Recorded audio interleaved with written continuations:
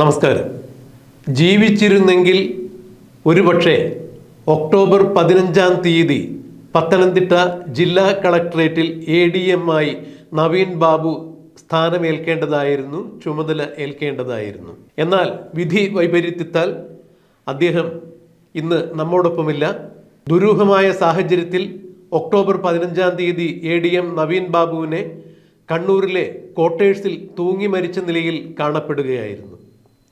ഈ മരണത്തിന് പിന്നിലെ ദുരൂഹത ഇനിയും നീങ്ങിയിട്ടില്ല. നവീൻ ബാബുവിനെ CPM-ലെ ചില സ്ഥാപിത താൽപ്പര്യക്കാരും ചില ഭൂമാഫിയകളും കോറി മാഫിയകളും ചേർന്ന് ഇല്ലാതാക്കിയതാണ് എന്ന് ഒരു ബോധം കേരളത്തിൻ്റെ മനസാക്ഷിയിൽ രൂപപ്പെട്ടിട്ടുണ്ട്. നവീൻ ബാബുവിന് ആത്മഹത്യ ചെയ്യേണ്ടതായ ഒരു സാഹചര്യവും അദ്ദേഹത്തിൻ്റെ വീട്ടിലോ അദ്ദേഹത്തിൻ്റെ ഔദ്യോഗിക ജീവിതത്തിലോ ഉണ്ടായിരുന്നില്ല എന്ന് സഹപ്രവർത്തകരും അദ്ദേഹത്തിൻ്റെ സഹധർമ്മിണിയും ഒരേപോലെ സാക്ഷ്യം ചെയ്യുമ്പോൾ പിന്നെ എന്താണ് നവീൻ ബാബു മരിക്കാനുണ്ടായ കാരണം? നവീൻ ബാബുവിൻ്റെ മരണം ആത്മഹത്യയായി ചിത്രീകരിക്കുന്നതാരാണ്? അഥവാ നവീൻ ബാബുവിനെ കൊലപ്പെടുത്തിയതാരാണ് എന്നുള്ള ചോദ്യങ്ങൾ ഇനിയും ഉത്തരം കിട്ടാതെ കേരളീയ സമൂഹത്തിൽ ചുറ്റിപ്പടർന്നു നിൽക്കുന്നു. ഈ വിഷയത്തിൽ കൃത്യമായ ഒരു അന്വേഷണം ആവശ്യപ്പെട്ടുകൊണ്ട് നവീൻ ബാബുവിൻ്റെ ഭാര്യ മഞ്ജുഷ ബഹുമാനപ്പെട്ട ഹൈക്കോടതിയിൽ ഒരു ഹർജി സമർപ്പിച്ചിട്ടുണ്ടായിരുന്നു. 12-ാം തീയതിയാണ് ആ ഹർജിയിൽ വിശദമായ വാദം കേൾക്കുന്നത്. എന്നാൽ തൻ്റെ ഭർത്താവിൻ്റെ ഈ മരണവുമായി ബന്ധപ്പെട്ട വിഷയങ്ങൾ കേരള പോലീസിലെ സ്പെഷ്യൽ ഇൻവെസ്റ്റിഗേഷൻ ടീം അന്വേഷിച്ചു കഴിഞ്ഞാൽ ഒരു കാരണവശാലും അതിൻ്റെ സത്യാവസ്ഥ പുറത്തു വരില്ലെന്നും അതുകൊണ്ട് ഈ വിഷയത്തിൽ CBI അന്വേഷണം ആവശ്യപ്പെട്ടുകൊണ്ട് തന്നെയാണ് മഞ്ജുഷ ബഹുമാനപ്പെട്ട ഹൈക്കോടതിയിൽ ഹർജി നൽകിയത്. പക്ഷേ സർക്കാർ ഇതിനെ നിശ്ചിതമായി അതിരൂക്ഷമായ ഭാഷയിൽ തന്നെയാണ് വിമർശിച്ചതും CBI അന്വേഷണം എന്നത് ഒരു കാരണവശാലും അംഗീകരിക്കാൻ സാധിക്കില്ല എന്ന് തന്നെയാണ് ബഹുമാനപ്പെട്ട ഹൈക്കോടതിയിൽ സർക്കാർ മൊഴി നൽകിയിരിക്കുന്നത്, സർക്കാർ സത്യവാങ്മൂലം നൽകിയിരിക്കുന്നത്. സ്പെഷ്യൽ ഇൻവെസ്റ്റിഗേഷൻ ടീം നവീൻ ബാബുവിൻ്റെ മരണവുമായി ബന്ധപ്പെട്ട് സ്തുത്യർഹമായ അന്വേഷണമാണ് നടത്തിക്കൊണ്ടിരിക്കുന്നത്. അതിനാൽ ഇനിയും CBI പോലുള്ള ഒരു അന്വേഷണ ഏജൻസി നവീൻ ബാബുവിൻ്റെ മരണം അന്വേഷിക്കേണ്ട എന്ന നിലപാടിലാണ് ഇപ്പോൾ കേരള സർക്കാർ എത്തി നിൽക്കുന്നത്. നവീൻ ബാബുവിൻ്റെ കുടുംബത്തോടൊപ്പമാണ് തങ്ങളെന്ന് മുഖ്യമന്ത്രിയും CPM-ന്റെ സംസ്ഥാന സെക്രട്ടറിയുമെല്ലാം ഒരേ സ്വരത്തിൽ സമൂഹ മധ്യത്തിൽ വന്ന് ഉറക്കെ വിളിച്ചു പറഞ്ഞിട്ടും നവീൻ ബാബുവിൻ്റെ മരണത്തിലെ ദുരൂഹത അകറ്റുന്നതിന് വേണ്ടി ഒരു CBI അന്വേഷണം ആവശ്യപ്പെട്ടപ്പോൾ അതുപോലും നിഷേധിക്കുന്ന തരത്തിലാണ് കേരള സർക്കാർ പെരുമാറിയിരിക്കുന്നത് എന്ന് പറയുമ്പോൾ നവീൻ ബാബുവിൻ്റെ ദുരൂഹമായ മരണവുമായി ബന്ധപ്പെട്ട് കേരള സർക്കാരിൽ ആർക്കൊക്കെയോ എന്തൊക്കെയോ ഒളിക്കാനുണ്ട് എന്ന് തന്നെയാണ് മനസ്സിലാക്കാൻ കഴിയുന്നത്. കേരളീയ പൊതു സമൂഹം, കേരളത്തിൻ്റെ പൊതു മനസാക്ഷി ഇത് തന്നെയാണ് സംശയിക്കുന്നതും. എന്നാൽ ഇപ്പോൾ നവീൻ ബാബുവിൻ്റെ ഭാര്യ കോന്നി തഹസിൽദാരായിരുന്ന മഞ്ജുഷ പത്തനംതിട്ട ജില്ലാ കളക്ടറേറ്റിൽ ഇന്ന് ഔദ്യോഗിക ചുമതലയേറ്റിരിക്കുന്നു എന്നുള്ളതാണ് എടുത്തു പറയേണ്ട വസ്തുത.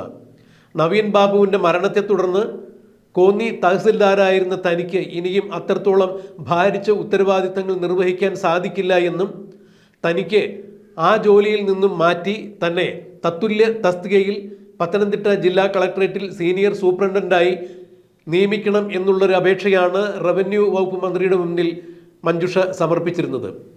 റവന്യൂ വകുപ്പ് മന്ത്രി രാജൻ ഈ അപേക്ഷ അനുഭാവപൂർവ്വം പരിഗണിക്കുകയും സർക്കാരിൻ്റെ അനുമതിക്ക് വിടുകയും മഞ്ജുഷയുടെ അപേക്ഷ പ്രകാരം പത്തനംതിട്ട ജില്ലാ കളക്ടറേറ്റിൽ മഞ്ജുഷയെ സീനിയർ സൂപ്രണ്ടന്റ് തസ്തികയിൽ നിയമിക്കുകയും ചെയ്തിരിക്കുന്നു. അതേ തുടർന്ന് ഇന്ന് രാവിലെയാണ് മഞ്ജുഷ പത്തനംതിട്ട ജില്ലാ കളക്ടറേറ്റിലെത്തി ജോലിയിൽ പ്രവേശിക്കുന്നതും ചുമതലയേൽക്കുന്നതും. നവീൻ ബാബു ജീവിച്ചിരിക്കുന്ന അവസരത്തിൽ റവന്യൂ ഡിപ്പാർട്ട്മെന്റിൽ ജോലി ചെയ്തിരുന്ന മഞ്ജുഷ ഔദ്യോഗികമായി തനിക്കുള്ള സംശയങ്ങളും ഇന്ന കാര്യങ്ങൾ ഏതു വിധത്തിൽ ചെയ്യണം, എങ്ങനെയാണ് അതിൻ്റെ നിയമവശങ്ങൾ എന്നൊക്കെ ഒരു ഉപദേശം തേടിയിരുന്നത് നവീൻ ബാബുവിനോട് തന്നെയായിരുന്നു. അവയെല്ലാം കൃത്യമായ രീതിയിൽ അതിൻ്റെ നീതി നിർവഹണ രീതികളെക്കുറിച്ചും നിയമ വകുപ്പുകളെക്കുറിച്ചുമെല്ലാം കൃത്യമായ ഒരു സ്റ്റഡി ക്ലാസ് എടുക്കുന്നത് പോലെ തന്നെയായിരുന്നു നവീൻ ബാബു മഞ്ജുഷയ്ക്ക് ഉപദേശങ്ങൾ നൽകിക്കൊണ്ടിരുന്നത്. എന്നാൽ തൻ്റെ പ്രിയതമൻ ഇന്ന് തന്നോടൊപ്പമില്ല. ഒരുപക്ഷെ അദ്ദേഹം ജീവിച്ചിരുന്നു എങ്കിൽ അദ്ദേഹം ചുമതലയേൽക്കേണ്ട ADM-ന്റെ തൊട്ടടുത്ത ക്യാബിനിൽ തന്നെയാണ് ഇപ്പോൾ മഞ്ജുഷ സൂപ്രണ്ടന്റ് തസ്തികയിൽ ചുമതലയേറ്റിരിക്കുന്നത് എന്നുള്ളതും വളരെ യാദൃച്ഛികമായ ഒരു സംഭവം തന്നെയാണ്. എന്നാൽ ഭർത്താവിൻ്റെ മരണത്തിൽ നിന്നും ആ ഞെട്ടലിൽ നിന്നും മഞ്ജുഷയും മഞ്ജുഷയുടെ കുടുംബവും ഇതേവരെയും മോചിതരായിട്ടില്ല. എന്നാൽ ജീവിതം ഇനിയും മുന്നോട്ട് കൊണ്ടുപോകേണ്ടതുണ്ട്. 2 കുട്ടികളുണ്ട്, അവരെ വളർത്തണം. അതുകൊണ്ട് തന്നെ ജോലിയിൽ പ്രവേശിച്ച് സാധിക്കൂ. എന്നാൽ തനിക്ക് തഹസിൽദാർ പോലെയുള്ള തസ്തികയിൽ ഇനിയും ഭാരിച്ച ഉത്തരവാദിത്തങ്ങൾ നിർവഹിക്കാൻ സാധിക്കില്ല എന്ന സത്യം തിരിച്ചറിഞ്ഞുകൊണ്ട് തന്നെയാണ് തന്നെ പത്തനംതിട്ട കളക്ടറേറ്റിലേക്ക് സീനിയർ സൂപ്രണ്ടന്റായി സ്ഥാനമാറ്റത്തോടുകൂടി നിയമിക്കണം എന്ന് മഞ്ജുഷ ആവശ്യപ്പെട്ടിരുന്നത്. പത്തനംതിട്ട മലയാലപ്പുഴയിലുള്ള മഞ്ജുഷയുടെ വീട്ടിൽ നിന്നും കോന്നി തഹസിൽദാർ ഓഫീസിലേക്ക് യാത്ര ചെയ്യേണ്ടതിൻ്റെ പകുതി ദൂരം മാത്രമേ പത്തനംതിട്ട ജില്ലാ കളക്ടറേറ്റിലേക്ക് ഇപ്പോൾ മഞ്ജുഷയ്ക്ക് യാത്ര ചെയ്താൽ മതി. ഏതാണ്ട് മലയാലപ്പുഴയിൽ നിന്നും 10-11 കിലോമീറ്റർ അകലെ മാത്രമാണ് പത്തനംതിട്ട ജില്ലാ കളക്ടറേറ്റ്. പോക്കുവരവിനും കുറച്ചുകൂടി സൗകര്യം ഇതുതന്നെയാണ്. കോന്നി തഹസിൽദാരായിരുന്നപ്പോൾ ഇതിൽ കൂടുതൽ യാത്ര ചെയ്താണ് മഞ്ജുഷ ജോലിക്ക് പോയിക്കൊണ്ടിരുന്നത്. എന്തായാലും നവീൻ ബാബുവിൻ്റെ മരണത്തിൻ്റെ ദുരൂഹതകൾ ഇനിയും ചുരുളഴിഞ്ഞിട്ടില്ല. ബഹുമാനപ്പെട്ട ഹൈക്കോടതിയിൽ ഡിസംബർ 12-ാം തീയതി നടക്കുന്ന വാദത്തിൽ ബഹുമാനപ്പെട്ട ഹൈക്കോടതി നവീൻ ബാബുവിൻ്റെ മരണത്തിൽ CBI അന്വേഷണം ഏർപ്പെടുത്തുമോ ഇല്ലയോ എന്നുള്ളത് കണ്ടറിയേണ്ടത് തന്നെയാണ്. എന്തായാലും ഒരു കുടുംബത്തെ നിരാശയുടെ പടുകുഴിയിലേക്ക് തള്ളിവിട്ടുകൊണ്ട് ആരൊക്കെയോ ചേർന്ന് നടത്തിയ ആസൂത്രിതമായ ഒരു കൊലപാതകം തന്നെയാണ് ADM നവീൻ ബാബുവിൻ്റേത് എന്ന് തന്നെയാണ് ഇപ്പോൾ കേരളീയ പൊതുമനസാക്ഷി വിശ്വസിക്കുന്നത്. എന്തായാലും അത്തരത്തിലുള്ള ദുരൂഹതകൾ നീങ്ങുന്നതിനെങ്കിലും വേണ്ടി മഞ്ജുഷയുടെ കുടുംബത്തിന് ആശ്വാസം കിട്ടുന്നതിന് വേണ്ടി അവരുടെ സംശയ ദൂരീകരണത്തിന് വേണ്ടിയെങ്കിലും ബഹുമാനപ്പെട്ട കോടതി ഈ വിഷയത്തിൽ നിയമപരമായ മാർഗങ്ങൾ സ്വീകരിക്കുമെന്നും മഞ്ജുഷയുടെ കുടുംബത്തോട് കരുണ കാണിക്കുമെന്നും നമുക്ക് പ്രതീക്ഷിക്കാം, കണ്ടറിയാം.